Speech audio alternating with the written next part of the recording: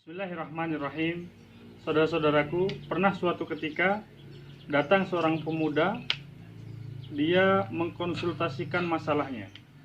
Dia ini punya masalah sering melakukan onani dalam sehari bisa 3 kali bahkan lebih. Dia sudah berkonsultasi ke berbagai macam pihak. Dia sudah berusaha untuk melakukan saum, tapi keinginannya untuk melakukan onani ini nggak bisa diredam, terus menguat. Nah, kemudian dia datang, saya berikan beberapa tips yang insya Allah tips ini juga akan saya bagikan pada hari ini kepada teman-teman sekalian. Alhamdulillah setelah dia lakukan hal-hal ini, seminggu kemudian dia mengatakan, Alhamdulillah Ustadz, dalam 1 minggu ini saya hanya melakukan sekali. Alhamdulillah, ya biasanya sehari sampai sekian kali, adalah dalam 1 minggu hanya 1 kali, artinya terjadi satu perubahan yang luar biasa. Nah, apa saja hal-hal yang bisa menyebabkan seseorang itu melakukan hal-hal seperti itu? Ya, kalau kita menterapi, tapi kita tidak menghilangkan hal-hal yang menjadi penyebabnya, maka nggak akan berhasil. Kita harus tahu apa saja hal-hal yang menjadi penyebabnya. Yang pertama, penyebabnya adalah disebabkan karena kita tidak bisa menundukkan pandangan mata. Ya, Allah Subhanahu wa taala dalam surat An-Nur ayat 30 menyampaikan, A'udzubillahi minasyaitonirrajim. Kullil mu'minin yaghudzu min absarihim wa yahfazu furujahum. Dzalika azka lahum innallaha khabirum bima yasnaun.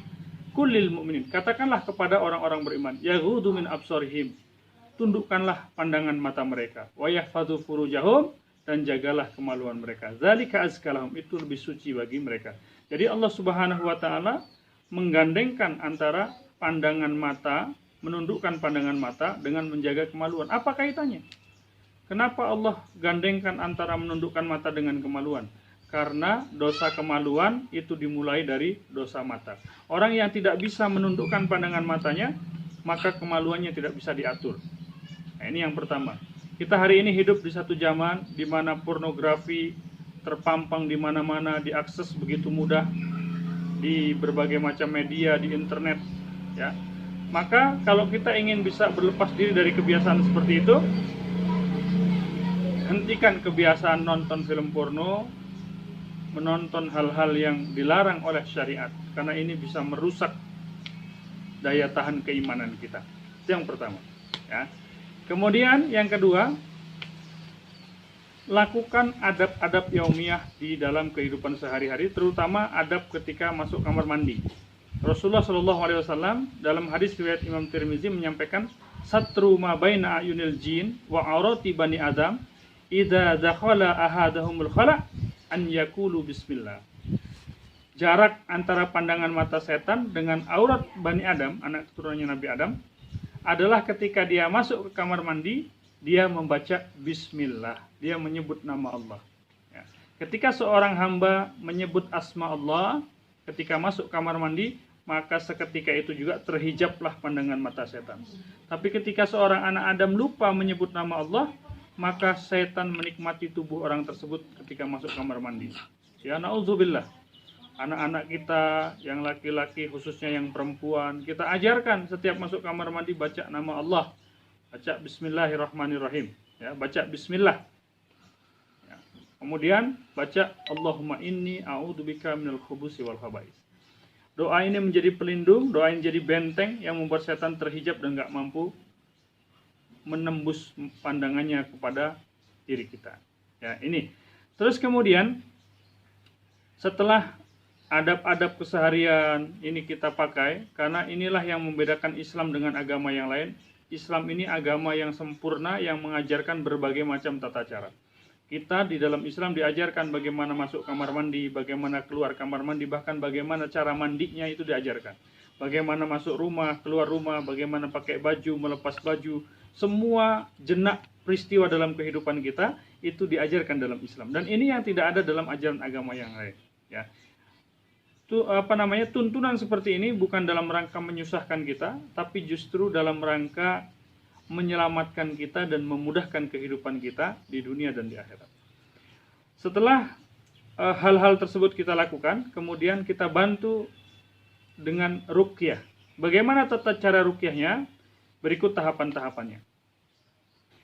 Jadi yang pertama, tahapannya adalah kita bimbing orang ini untuk mengakui semua dosa-dosanya. Ya Allah, aku mengakui banyak dosa-dosa yang telah aku lakukan, banyak dosa-dosa yang telah aku perbuat ya Allah. Sambil mengucapkan kalimat tersebut, ajak dia membayangkan dosa-dosa paling hina, dosa-dosa paling nista yang pernah dia lakukan di masa lalunya, sambil mengatakan, ya Allah, aku bertaubat kepadamu, ya Allah, aku mohon ampun kepadamu, ya Allah, tolong aku untuk bisa meninggalkan semua perbuatan buruk tersebut. Nah, setelah tahapan pertama ini selesai, kita lakukan tahapan kedua, yaitu menepuk-nepuk dadanya. Ya, tepuk dadanya sambil kita doakan, ya Allah, hilangkanlah keinginannya untuk berbuat onani. Ya Allah, hilangkanlah keinginannya untuk berbuat maksiat dan gantikanlah dengan keinginan taat. Ya Allah, datangkan hidayah, datangkan iman, datangkan rahmatmu ya Allah ke dalam jiwa saudaraku ini. Ya. Terus kita masukkan doa-doa positif ke dalam jiwanya. Baru setelah itu tahapan terakhir, kita bacakan ayat-ayat Al-Quran, kita bacakan ayat-ayat ruqyah. Apa yang dibacakan? Minimal suratul Fatihah itu kita baca 3 kali. Kemudian boleh ditambah ayat kursi, Al-Ikhlas, Al-Falaq, An-Nas. Boleh ditambah ayat-ayat ruqyah yang lain. Kita bacakan terus ya hingga selesai. Itu biasanya kalau ada unsur jin yang masih bersarang di dalam tubuhnya, itu akan bergetar, muntah, bahkan ada yang sampai melakukan perlawanan. Karena syaitanul jin, dia tidak rela dipisahkan dari kekasih. Ya, ini caranya sederhana, tapi kalau dilakukan sesuai dengan tahapannya, dilakukan ditinggalkan semua hal-hal yang menjadi penyebabnya, maka insya Allah cara sederhana ini akan mendatangkan pertolongan Allah Subhanahu wa Ta'ala. Ya. Anak muda yang tadi datang, saya berikan cara seperti ini, alhamdulillah dia berhasil meninggalkan kebiasaan buruknya. Saya yakin di luar sana banyak para pemuda yang memiliki masalah yang sama dengan yang diderita oleh saudara kita ini. Dan mudah-mudahan ini menjadi solusi yang bermanfaat. Selamat mencoba. Barakallahu fiikum.